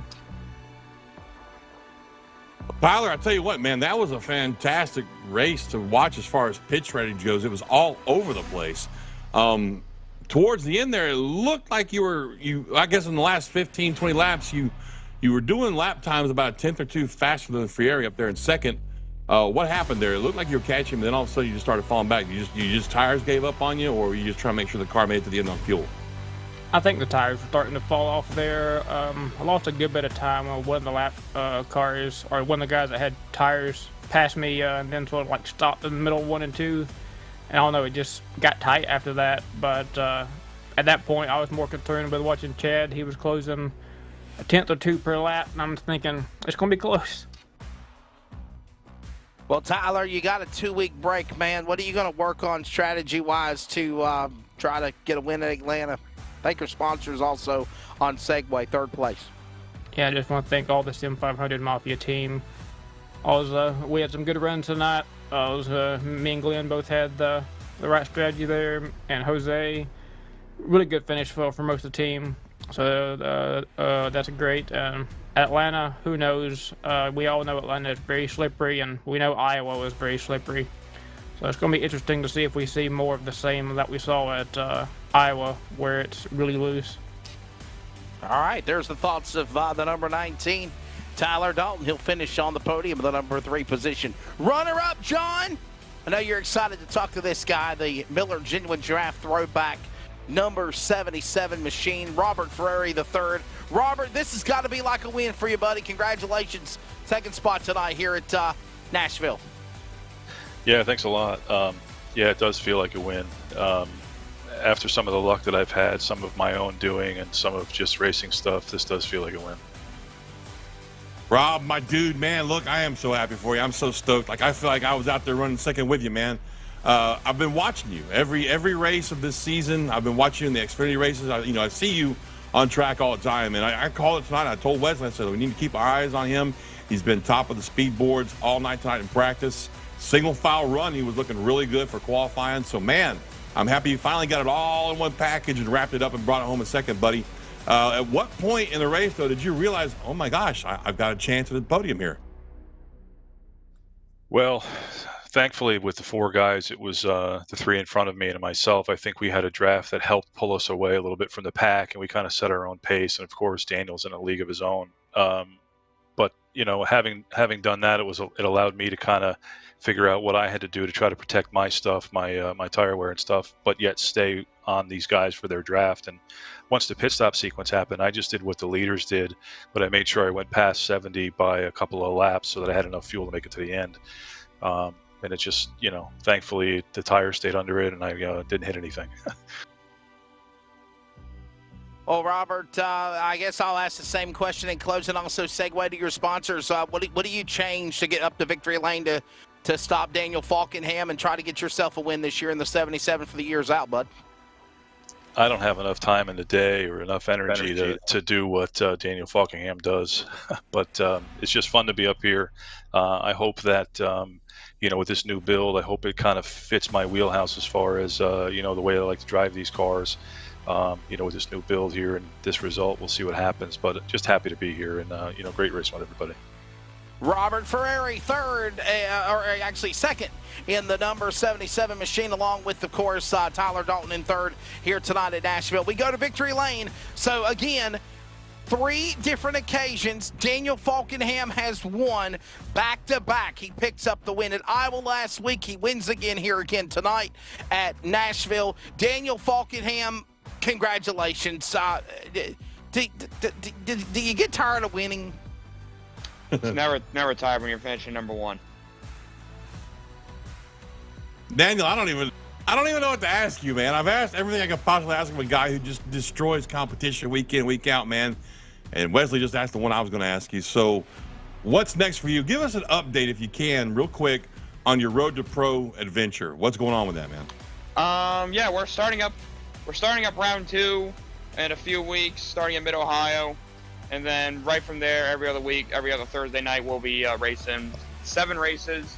And the top 20 in that will go to the Contender Series in November, and that's what we're aiming for, to hopefully do good in that to go to the Coke Series next year. But yeah, right now, that's going to be a lot of fun to do when that starts up. Right now, we're just focusing on our stuff over here, trying to see if we can go win ourselves a championship this year. If we keep putting on runs like that, I feel pretty good. I'm surprised more people didn't do the one-stop tonight, because I guess if you saved enough fuel, that was going to be the way to go. And yeah, I definitely didn't have much better pace that second run, and I didn't smoke off my right front like I did the first run trying to save fuel, and that's what lost me out on the halfway points. But yeah, hopefully this performance I'm putting in over here, I can do that over on Thursday nights when Road Pro starts up. But yeah, right now we're just having a lot of fun over here. Daniel, don't forget to segue also in your sponsors as well. I think we missed that last week, buddy, so please remember to thank your sponsors as well in closing. But I got to ask you this question in closing. Every Monday night or Tuesday night, Wednesday night, when you run SIM500 and you compete, John says you run a lot, but has it got to a point now with you just being so dominant that when you literally jump on, it's like, I really don't really have to worry about anybody around me because I know I've worked on the strategy, I've worked on me, my skill, my handling, I know what I need to do, and you just go out there and you get it done. I don't want to make that sound egotistical, but I mean, it's like literally when you come out on that racetrack, there's nobody that can virtually hang with you. Yeah, I mean, I don't see it that way because, I mean, like you saw tonight, Macklin, if he didn't have an issue on pit road, it's probably going to be between me and him for the win. I guess he sped or something. But, I mean, I definitely screwed up that first run because, honestly, I didn't even think you could do a one-stop. But I guess I thought it was going to be 150 laps. So I thought it was just going to be a simple two-stopper. But then I saw it was 140. It's like, okay, this could be a fuel mileage race. And then I saw if I saved enough fuel, we could make it a one-stopper. I think we could make it a one-stop anyway. So I definitely tried to save a bit of fuel, which I tried clutching it to save fuel, which I think bit me.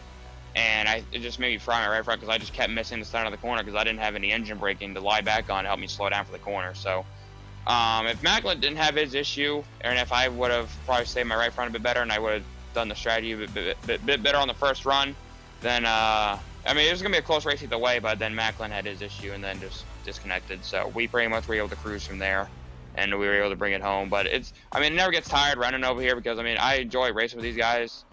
Been able to become friends with a lot of these guys, and it's just enjoyable to race when you race some really good people. I mean, heck, we went 140 laps green tonight. I mean, that should explain a lot right there. But nah, it's never dull. I always enjoy coming out on Mondays, Wednesdays, Sundays, whenever I race.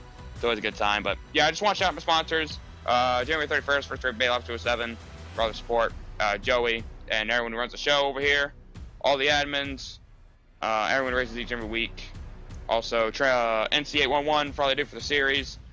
Thank you to you guys went on the broadcast. Cosman painted up my car for me.